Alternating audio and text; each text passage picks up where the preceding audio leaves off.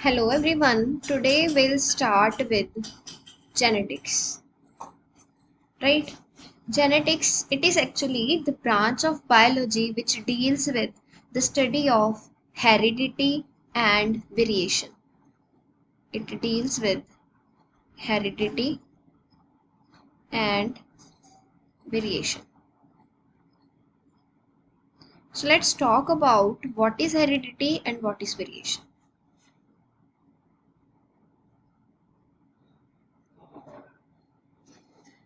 अब देखते हैं हम हेरिडिटी क्या होता है.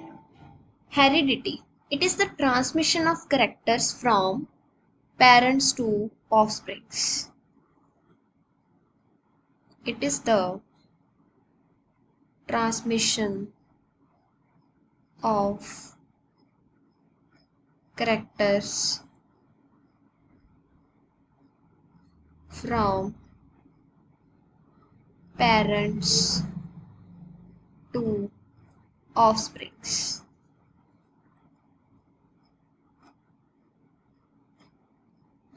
कहने का मतलब है कि जब करेक्टर्स में क्या क्या आ जाता है, जैसे कि हाइट हो गई, ठीक, आई कलर,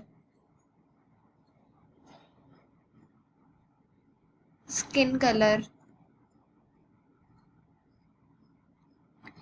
इसके अलावा जितने भी करेक्टर्स हैं वो सभी हमें किसी ऑफस्प्रिंग को उसके पेरेंट्स से मिलते हैं.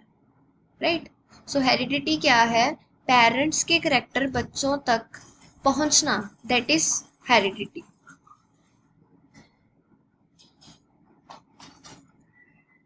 Now let's talk about variation.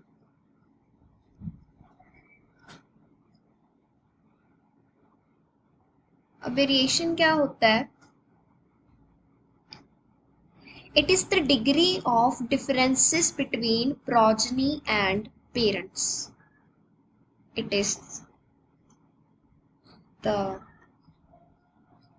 degree of differences between progeny and parents. अब जैसे आपको पता ही है कि पेरेंट है जैसे, तो उसका जो ऑफस्प्रिंग बनता है वो 100% पेरेंट जैसा नहीं होता है ना. उसमें कुछ ना कुछ डिफरेंसेस होते हैं. कहने का मतलब है कि जैसे हर बच्चा अपने पेरेंट्स की तरह बिल्कुल नहीं दिखता, ठीक है, उसमें कुछ ना कुछ डिफरेंसेस होते हैं. इन डिफरेंसेस को हम क्या बोलते हैं? वेरिएशंस. सो हम जेनेटिक्स में क्या पढ़ते हैं? इन वेरिएशंस को पढ़ते हैं और हेरिडिटी को पढ़ते हैं.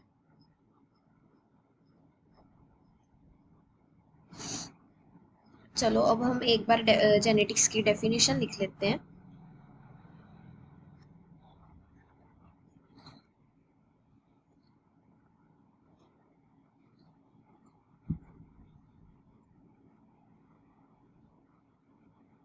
It is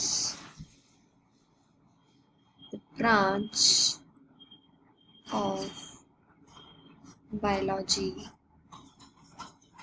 which deals with heredity and variation.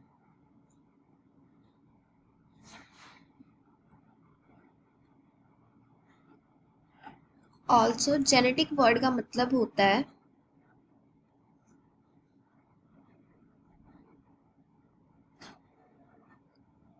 Genetic term comes from जीनो. इस वर्ड से ही आया है जिसका मतलब होता है गिव बर्थ.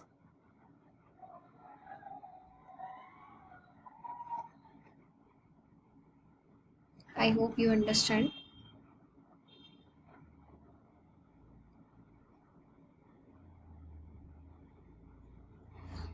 चलिए अब मैं आपको जेनेटिक्स के कुछ सिंपल बेसिक्स के बारे में बता देती हूँ जिससे कि आपको जेनेटिक्स समझने में आसानी होगी.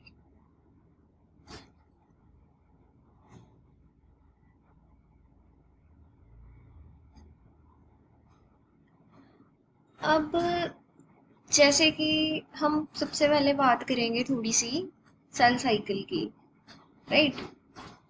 अब जैसे कोई एक सेल है, ठीक है, कोई एक ह्यूमन सेल है, उसमें टोटल कितने क्रोमोसोम होते हैं? 46 क्रोमोसोम होते हैं, ठीक है। 46 क्रोमोसोम्स भी होमोलॉगी पेयर में होते हैं। 23 पेयर्स होते हैं इसके, हम ये बोल सकते हैं। 23 पेयर्स में से 23 फ्रॉम, हमें फादर से मिलते हैं 23, और 23 हमें मिलते हैं मदर से, है ना। सो जो फादर से मिलते हैं उनको हम बोलते हैं पैटर्नल क्रोमोसोम्स, और जो मदर से मिलते हैं उसको हम बोलते हैं मैटरनल क्रोमोसोम्स, राइट। अब होमोलोगस ये कैसे होते हैं वो सारा मैं आपको नेक्स्ट स्लाइड में बताती हूँ।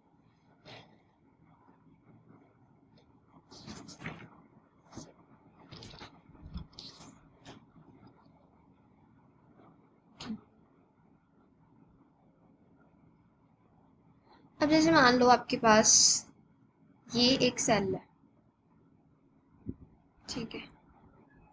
इस सेल में, ये रेड वाले में शो कर रही हूँ,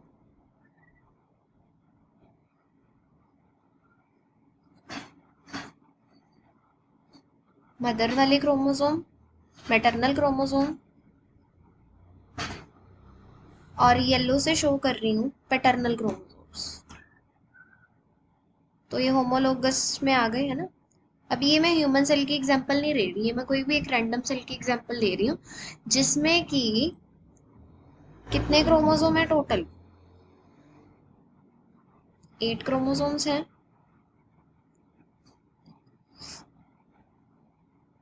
राइट। और 8 क्रोमोसोम्स में से 4 हैं पैटर्नल, जो मैं फादर से आए हैं, और 4 हैं मैटरनल, राइट। अब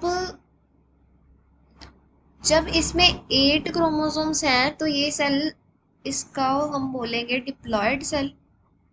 2n=8 है इसका। ये कौन सा सेल है? डिप्लॉयड सेल है। डिप्लॉयड सेल क्यों बोला मैंने इसे? क्योंकि इसमें जो क्रोमोसोम्स हैं वो होमोलोगस पेयर में प्रेजेंट है। अब होमोलोगस पेयर का मतलब क्या है कि अगर मान लो ये सेल हाइट को कंट्रोल कर रहा है, सॉरी ये क्रोमोसोम हाइट को कंट्रोल कर रहा है, तो ये क्रोमोसोम भी हाइट को ही कंट्रोल कर रहा है। अगर ये क्रोमोसोम स्किन कलर को कंट्रोल कर रहा है, तो ये क्रोमोसोम भी स्किन कलर को ही कंट्रोल कर रहा है। इसको हम बोलते हैं होमोलोगस क्रोमोसोम, राइट। सो अब हम थोड़ा सा सेल साइकिल के बारे में पढ़ेंगे। सेल साइकिल में आपको पता है कितने फेजेस होते हैं?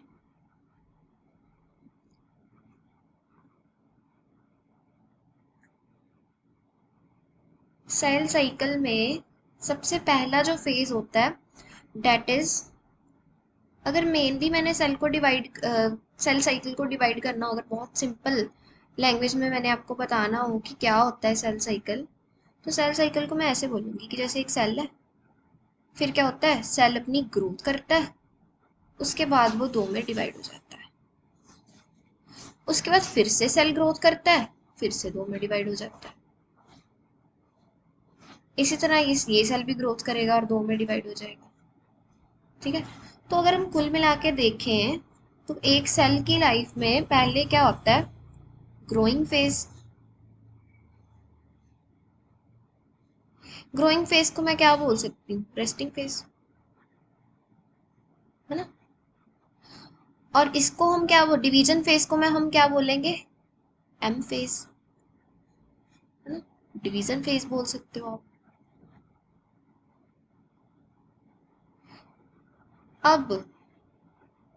अब मैं थोड़ी साइंटिफिक लैंग्वेज में ही बात करूंगी। इस फेज को, जब सेल ग्रोथ कर रहा है अपनी, सेल अपने आप को एम डिवीजन के लिए तैयार कर रहा है, तो हम इस फेज को बोलेंगे इंटरफेज।